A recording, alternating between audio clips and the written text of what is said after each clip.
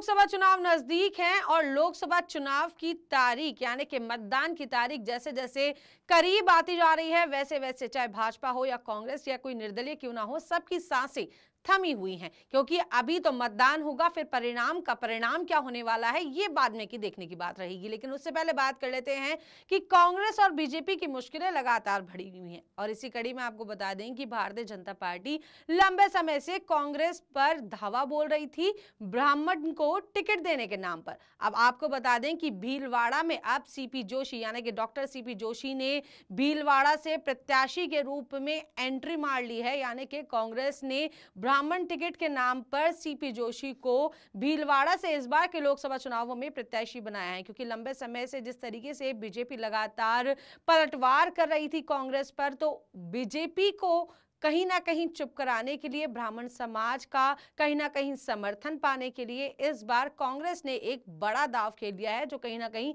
मुसीबत बनकर बीजेपी पर हावी हो सकता है। यानी कि सीपी जोशी चुनावी रण में उतरे हैं और इस बार भीलवाड़ा से टक्कर देने वाले हैं बीजेपी के प्रत्याशी को। और इससे पहले आपको बता दें कि बीजेपी ने लगातार जिस तरीके से टारगेट किया था कांग्रेस को, तो कांग्रेस ने पहले भीलवाड़ा से दामोदर गुजर को मैदान में उतारा था। अब उन्हें वहां से हटाकर राजसमंद शिफ्ट कर दिया गया है क्योंकि राजसमंद से पहले जो है सुदर्शन रावत को कांग्रेस ने मौका दिया था चुनाव लड़ने का, लेकिन सुदर्शन रावत ने अपनी टिकट वापस कर ली, यानी कि अपना नाम वापस कर लिया और कांग्रेस को कहा कि आप किसी मौके पर अच्छे उम्मीदवार को मौका दें जो इस बार के चुनावी रण में कांग्रेस को जीत दिला सके, और उन्होंने अपना नाम वापस लिया। लेकिन उसके बाद क्या हुआ, राजसमंद की सीट हुई खाली, तो राजसमंद किया गया दामोदर गुजर को शिफ्ट और उस मौके पर भीलवाड़ा में डॉक्टर सीपी जोशी को प्रत्याशी बनाकर इस बार मैदान में उतारा गया है, जो बीजेपी के लिए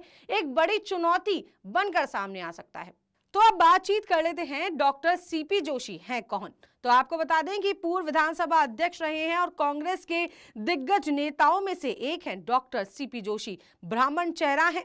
डॉक्टर सीपी जोशी 5 बार विधायक एवं सांसद रह चुके हैं। यूपी के दूसरे कार्यकाल में केंद्रीय मंत्री भी रह चुके हैं। CWC के मेंबर भी रह चुके हैं जोशी। अब बात कर लेते हैं दामोदर गुजर की। पुलिस अधिकारी भी रहे हैं दामोदर। जयपुर में स्कूल कॉलेज चलाते हैं।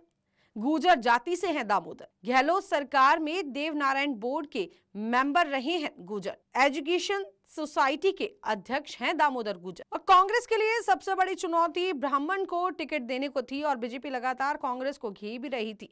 अब सीपी जोशी को टिकट मिलने के बाद में बीजेपी के लिए कितनी समस्याएं बढ़ेंगी, कितनी मुश्किलें बढ़ेंगी, ये तो केवल आने वाला वक्त ही बता पाएगा। लोकसभा चुनावों का परिणाम ही बता पाएगा। Bureau report, Punjab Kesari, Rajasthan.